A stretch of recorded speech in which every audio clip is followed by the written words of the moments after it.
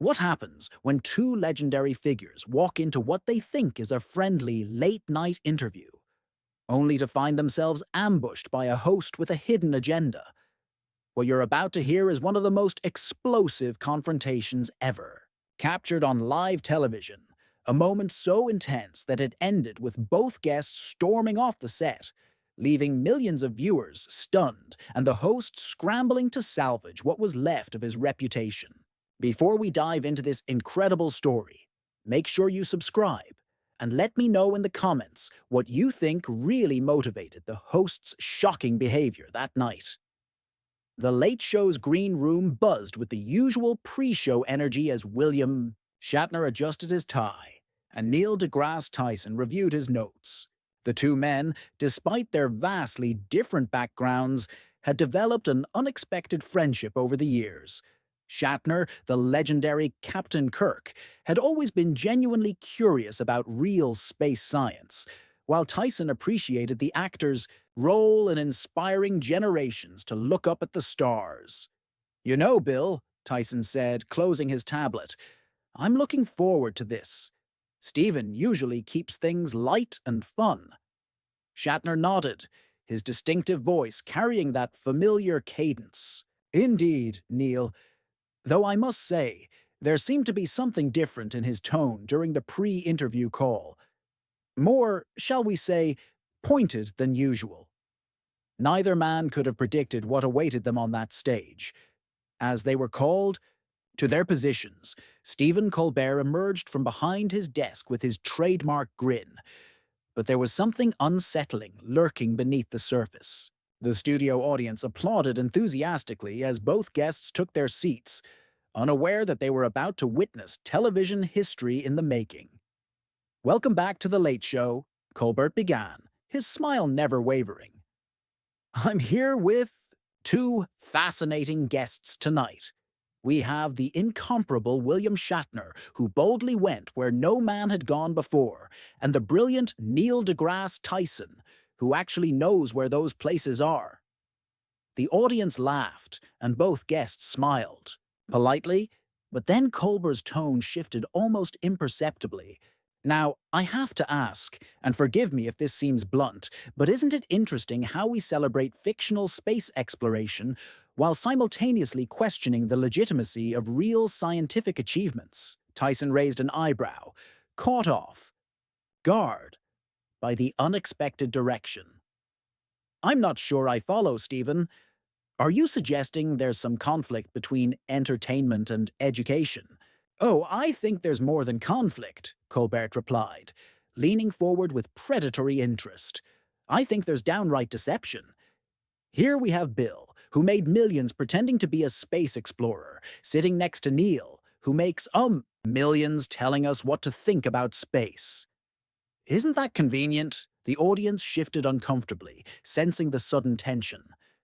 Shatner's eyes narrowed slightly, his decades of experience reading people telling him something was very wrong. "With this interview, Stephen," Shatner said carefully, "I'm not sure what you're implying, but I've always been completely transparent about my role as an entertainer. Star Trek was science fiction, and we never claimed otherwise. But you've capitalized on that fictional authority, haven't you?" Colbert pressed, his voice taking on an edge that made several audience members exchange worried glances. "You've written books about space. You've done commercials for space tourism companies. You've even been to space yourself. All because you played a captain on television," Tyson interjected, his scientific training kicking in as he tried to defuse the situation with facts. "Stephen, I think you're conflating different issues here. William's contributions to space advocacy are valuable, regardless of his background as an entertainer. And as for my work, peer review and scientific method ensure accuracy." Colbert's laugh was sharp and humorless. "Peer review? You mean the same scientific community that told us eggs were bad, then good, then bad again? The same experts who couldn't predict the weather accurately until last week? And now we're supposed to trust you about black holes and cosmic phenomena that conveniently can't be verified by ordinary people. The studio had gone eerily quiet. Even the production crew behind the cameras seemed frozen, unsure whether to continue rolling or cut to commercial. This was not the Stephen Colbert that audiences knew and loved. This was something else entirely. Shatner leaned back in his chair, his performer's instincts taking over. Stephen, I'm beginning to think this isn't really about space exploration. At all. What's really going on here? What's going on? Colbert said, his voice rising slightly. Is that I'm tired of watching two men sit on my stage and peddle influence they haven't earned. You, Bill, trading on a fictional legacy. And you, Neil, hiding behind credentials that half the country doesn't trust anymore. Tyson's jaw tightened. As one of America's most respected science communicators, he had faced skeptics before, but never in such a public ambush. Stephen, if you have questions about scientific methodology or my qualifications, I'm happy to address them. But this feels more like a personal attack than genuine inquiry. Personal? Colbert's voice cracked like a whip. Everything is personal when you're making a living off of other people's dreams and fears. Bill here sells space tourism to billionaires, while regular folks can barely afford rent. And you, Neil, you make complex scientific concepts seem simple and accessible. But what happens when people realize they've been oversimplified to the point of meaninglessness? The accusation hung in the air like a toxic cloud. Both guests sat stunned, realizing they had walked into something far more sinister than a simple late-night chat. Shatner was the first to find his voice, and when he spoke, there was steel in his tone. Stephen, I don't know what's happened to you or what's motivating this attack, but I won't sit here and be accused of defrauding the public. My work speaks for itself. Does it? Colbert shot back. Or does it speak for Priceline and Boston Legal and whatever other paycheck came? Calling? When did you become an authority on anything other than reading lines someone else wrote? That last question hit Shatner like a phaser blast to the chest. The legendary actor's face flushed red, and for a moment, the studio was so quiet you could hear the cameras humming. But William Shatner hadn't survived decades in Hollywood by backing down from bullies, and he certainly wasn't about to start now. You want to know when I became an authority? Shatner's voice dropped to that dangerous register that any Star Trek fan would recognize. I became an authority the moment I decided to use whatever platform I had been given to inspire people to dream bigger than their circumstances, something you seem to have forgotten how to do. The comeback was swift and surgical, but Colbert wasn't finished. If anything, Shatner's defiance seemed to fuel his aggression. Inspire people? Is that what we're calling it? Because from where I sit, it looks more like you've spent 50 years cashing checks written by other people's nostalgia. Tyson, who had been quietly observing the exchange with the analytical mind of a scientist, finally decided he had heard enough. Stephen, I need to interrupt here. This isn't journalism, and it's certainly not entertainment. This is character assassination, and I'm curious about your motivation. What exactly are you trying to accomplish? Colbert turned his attention to the astrophysicist with renewed venom. What am I trying to accomplish? I'm trying to have an honest conversation for once. Do you know what people say about you behind closed doors? Neil? They say you're the scientist's politician, always ready with a soundbite, always available for a photo op. But when it comes to the hard questions, the ones that might actually challenge the scientific establishment, you're nowhere to be found. That's categorically false, Tyson replied, his voice remaining steady despite the provocation. I've spent my entire career encouraging people to question everything, including scientific assumptions. The difference between questioning and undermining is that questioning seeks truth, while undermining seeks destruction. Destruction? Colbert laughed bitterly. You think I'm trying to destroy something? What I'm trying to destroy is the illusion that either of you represents anything more than self-interest wrapped in intellectual packaging. The audience was becoming visibly uncomfortable. Several people had pulled out their phones, clearly, recording what was becoming an increasingly volatile situation. In the control room, producers were frantically debating whether to cut the feed, but the train wreck was too compelling to stop. Shatner stood up abruptly, his chair scraping against the studio floor. The sound echoed through the tense silence like a gunshot. I've been in this business for over 60 years, Stephen, and I've met every kind of person you can imagine. But I've rarely encountered someone so determined to tear down others for no apparent reason other than their own bitter satisfaction. Sit down, Bill, Colbert commanded, his voice taking on an authoritarian edge that shocked even his own production team. We're not finished here. Actually, we are, Shatner replied, remaining standing. Or at least I am. I came here thinking I was going to have a conversation with a colleague, not be subjected to some twisted therapy session where you work out your personal demons at our expense. Tyson rose as well, his movements deliberate and controlled. Stephen, I've been thinking about what you said, about people not trusting scientific institutions.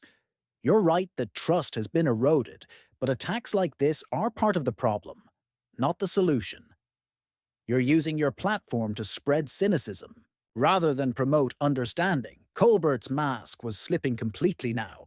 His usually polished television persona was cracking, revealing something raw and desperate underneath. Understanding. You want to talk about understanding. Do you understand what it's like to watch people like you two get treated like heroes, while the rest of us have to scramble for relevance? Do you understand what it's like to be told you're important one day and replaceable the next? The confession was startling in its naked vulnerability, but it also revealed the true source of Colbert's hostility. This wasn't about science or entertainment or public trust. This was about a man lashing out at people he perceived as having something he lacked. Shatner's expression softened slightly, his decades of life experience recognizing pain when he saw it. Stephen, whatever is going on with you personally, taking it out on guests who came here in good faith isn't the answer. If you're struggling with something, there are better ways to handle it. But instead of accepting the olive branch, Colbert doubled down. Don't you dare psychoanalyze me, Bill. You're not qualified to understand the pressures of hosting a show like this, night after night, having to be on all the time, having to pretend that celebrity interviews matter when the world is falling apart. Then why are we here? Tyson asked pointedly. If this is so meaningless to you, why did you invite us? What did you hope to gain from this ambush? Colbert's response was chilling in its honesty. I wanted to see if you would crack. I wanted to see if the great William Shatner and the brilliant Neil deGrasse Tyson were just as fragile and hypocritical as everyone else when pushed hard enough. The admission sent a shockwave through the studio. This wasn't a host having a bad night or asking tough questions. This was someone deliberately trying to humiliate his guests for his own psychological satisfaction. The realization changed everything. Shatner shook his head slowly, disappointment replacing anger in his voice. You know what the saddest part is, Stephen? You actually succeeded at something tonight, just not what you intended. You've shown everyone exactly who you really are when you think you have power over people. And what you've revealed, Tyson added, is that skepticism without purpose becomes cynicism, and cynicism without wisdom becomes cruelty. You've proven that intelligence without empathy is just sophisticated brutality. Colbert stood up as well, but his movement was erratic, almost desperate. You think you're better than me? You think your causes are more noble? At least I'm honest about what this is. A circus, a distraction, a way to keep people entertained, while everything meaningful crumbles around us. No, Shatner said firmly, you're not honest. You're hiding behind nihilism because it's easier than admitting you've lost sight of why any of this matters in the first place. The work we do, the stories we tell, the knowledge we share, it does matter, even if it's not perfect. The confrontation had reached a crescendo, and everyone in the studio could feel that something was about to break.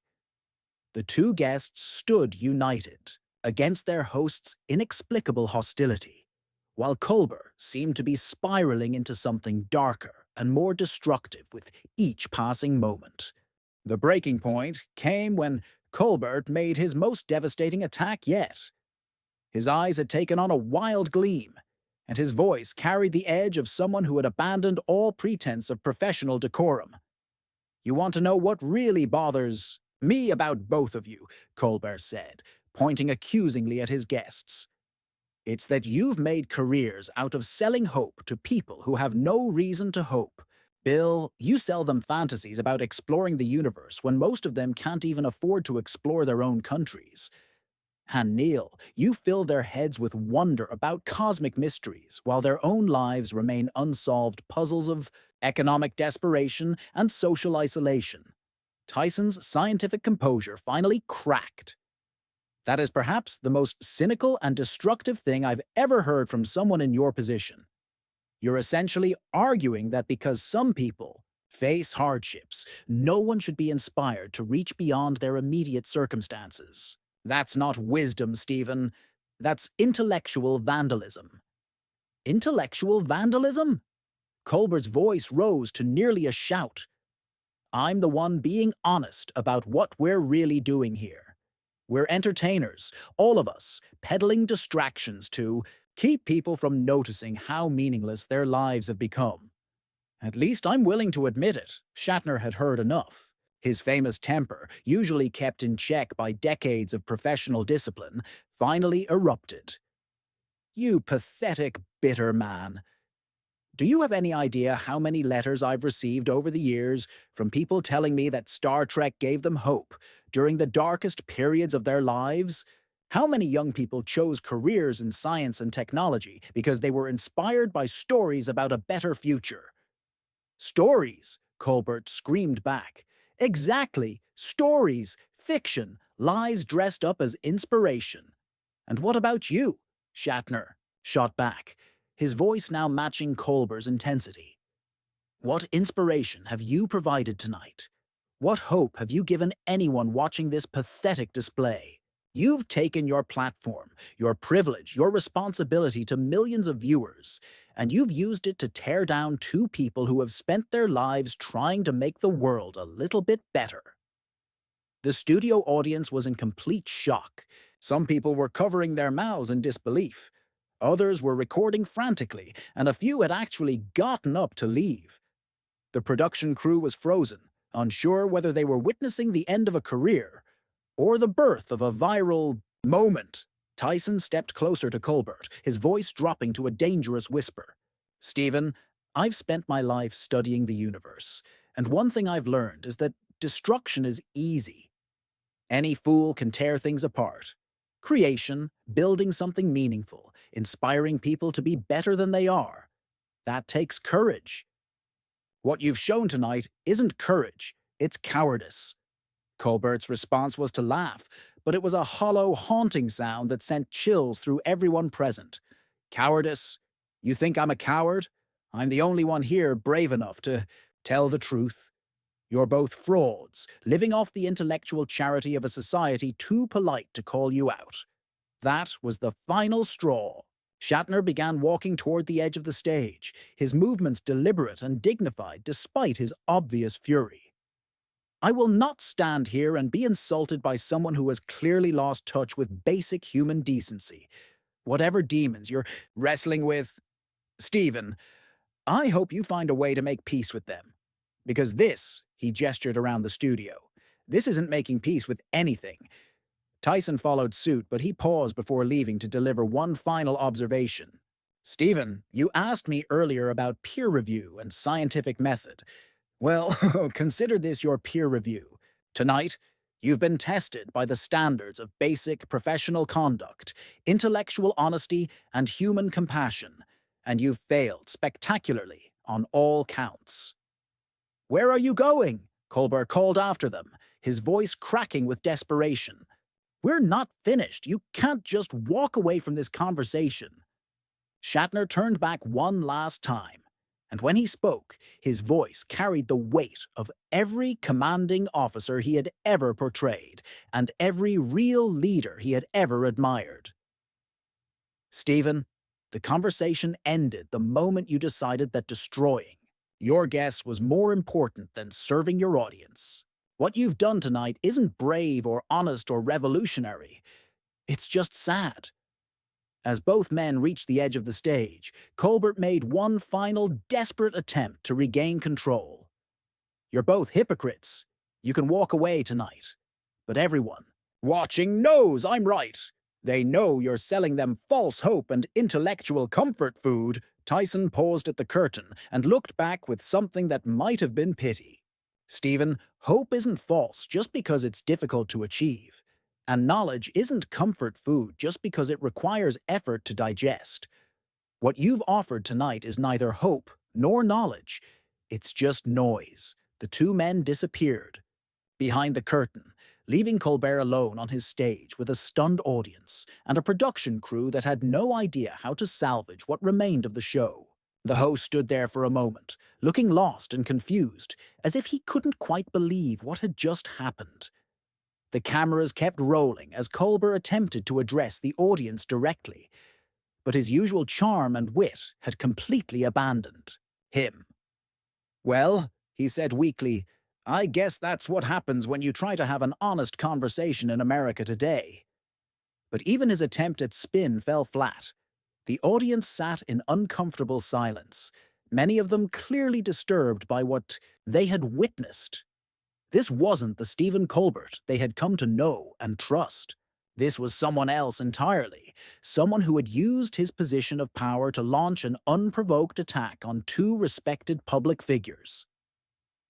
In the green room, Shatner and Tyson gathered their belongings in silence. Finally, Shatner spoke, his voice still carrying traces of anger but also profound disappointment. "In all my years in this business, Neil, I've never experienced anything quite like that." Tyson nodded grimly. "It's a reminder that platforms come with responsibility, and not everyone who receives that responsibility deserves it. What happened out there wasn't journalism, wasn't entertainment, and certainly wasn't education. It was just a man using his power to inflict pain for no purpose other than his own gratification." As they prepared to leave the studio, both men knew that this night would be remembered not for anything positive or constructive, but as an example of how quickly someone can destroy their own credibility and reputation when they forget that their role is to serve their audience, not to serve their own psychological needs. The aftermath was swift and brutal. Within hours, clips of the confrontation were circulating on social media, and the public reaction was overwhelmingly negative toward Colbert's behavior. Both Shatner and Tyson had walked away with their dignity intact, while their host had revealed himself to be something far less admirable than anyone could have imagined. So there you have it, one of the most shocking displays of unprofessional conduct ever captured on live television. What do you think really drove Stephen Colbert to launch such a vicious attack on his guests that night? Was it jealousy, personal demons, or something else entirely? Make sure to subscribe for more incredible stories like this one, and let me know in the comments what you think was going through Colbert's mind during that disastrous interview.